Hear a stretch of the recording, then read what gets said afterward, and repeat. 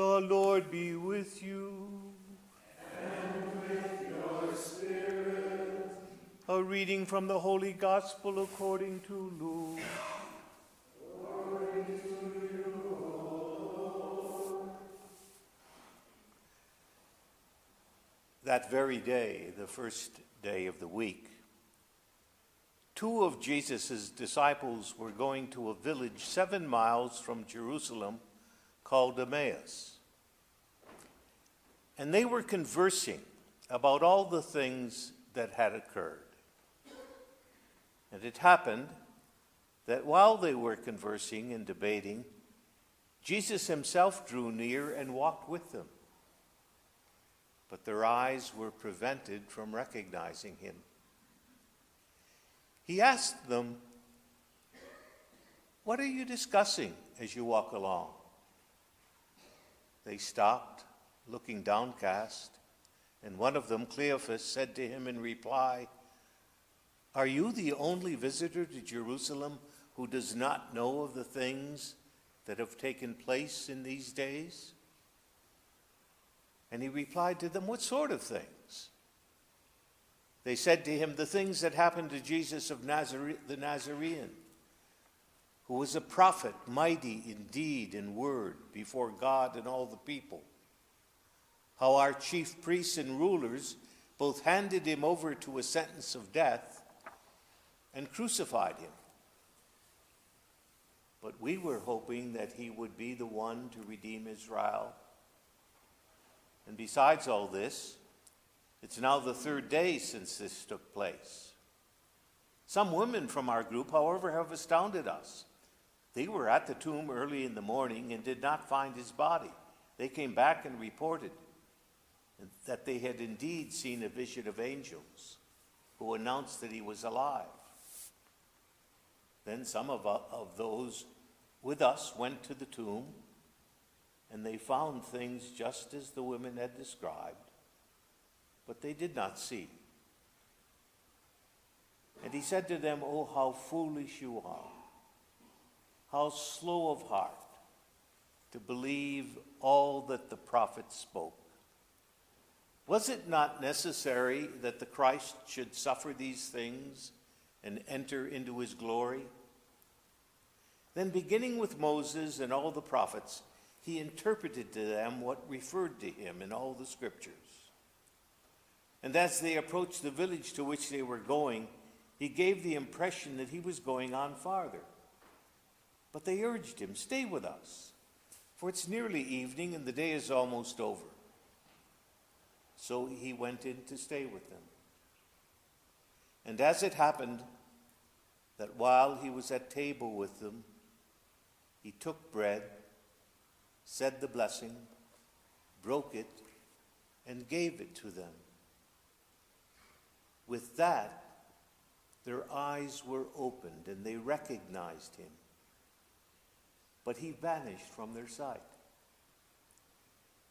Then they said to each other, "Were not our hearts burning within us while he spoke to us on the way and opened the scriptures to us?"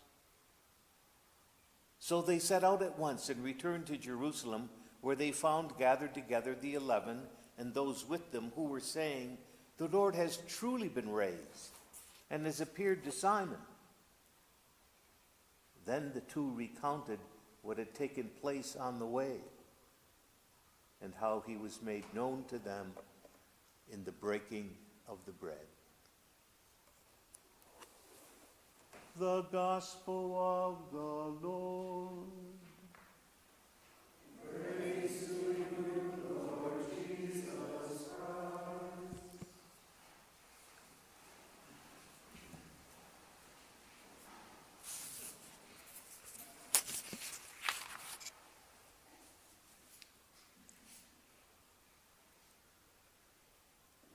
I always feel a sort of special connection with these two disciples who were trudging their weary way home from Jerusalem after the death of Jesus. And I'm drawn to them, I think, because their religious experience so closely parallels our own.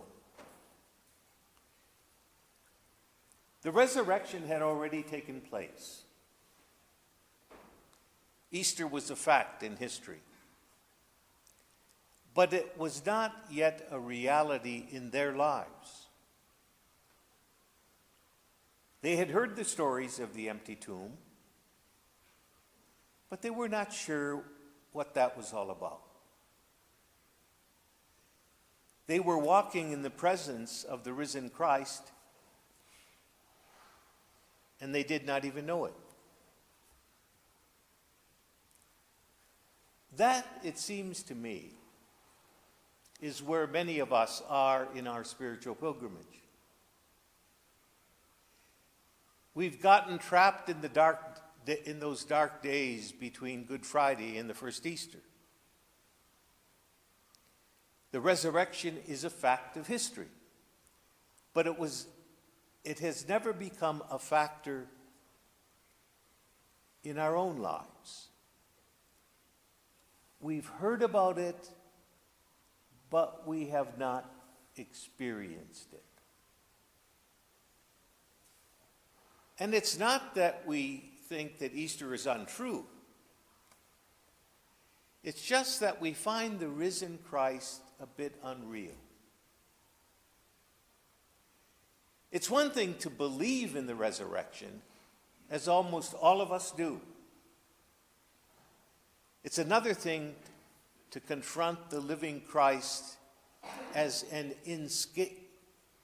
inescapable reality in our own daily lives. What we are saying here, I think, is true in any realm. Many of you believed in love for a long time before you actually fell in love yourself. You had heard the songs, you'd read the stories and the poems. But then one day, you fell in love. And this thing in which you had already believed became real. It was no longer only a fact, but a factor and power and influence in your own life. I think something like this happened to these men on the way to Emmaus. They had been disciples of Jesus. They had witnessed his crucifixion. They had heard rumors of his resurrection. And then on the way home around the supper table, the risen Christ became a reality in their own experience. And all of life was changed. It would be wonderful if something akin to that could happen to you and to me. When the risen Christ becomes real, it has a profound effect on the quality of living. Notice when the risen Christ becomes real, life takes on meaning and begins to make sense. These men on their way to Emmaus were utterly baffled by the events of the recent days.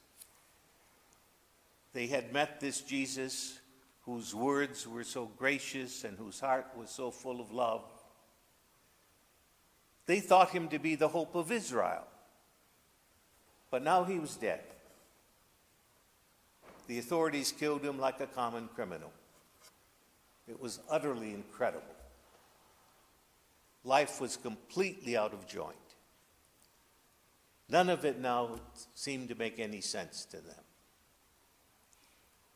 And then Christ joined their little lonely group, walked with them on the way, and began to explain to them some of the truths about himself. Doubtless they did not understand it all, but at least they started to see a pattern. The cross began to take on new meaning. And they had strong evidence that life did make sense after all. Now, you and I also live in a very confusing world. There's much about it that is irrational and unfair and unkind. Injustice is in evidence everywhere. Tell me why we spend so much of the world's revenue on guns when people need clothing and shelter and education and medical care. It's a crazy world that can take the most genuine life that ever lived and nail it to a cross. That doesn't make any sense at all. But if the risen Christ is real, we at least have the key piece to the puzzle. It doesn't all fit together yet, but we can start at the center and know that the big picture is not hate, but love. Not wrong, but right. Not death, but life. The resurrection starts to bring some semblance of order out of the chaos of the world in which we live. There's one other thought which is closely related to that first thought. We find here a clear implication that when the risen Christ became real, hope was reborn. The two travelers were speaking of hope in the past tense. They said, we had hoped that he would become the one to deliver Israel. All that hope had been dashed by Calvary. But now in the presence of the risen Christ, that hope must have begin being born again. And this time, nothing could destroy it, even death. You and I need that kind of hope. There is a sentence in one of Paul's letters that says, we are saved by hope. We are saved by hope. And we are. No individual or social group can live very long or very well without it. Hope is an indispensable ingredient of a creative and constructive life. Sometimes it seems that one of the most serious shortages in our modern world lies in the area of hope. Pessimism, even fatalism, hangs like a fog over the land. We're faced with problems that are national and international. Quite obviously, we do not know how to resolve them.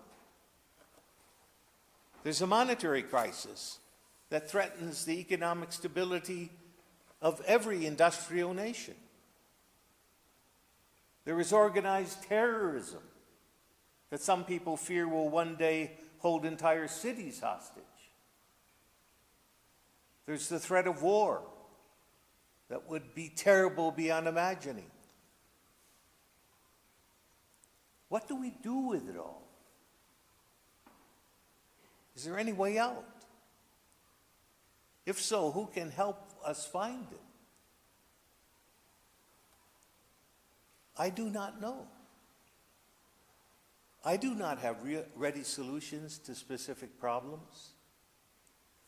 But if the risen Christ is real in our lives, if the verdict of Calvary has been reversed, if death has been conquered by life,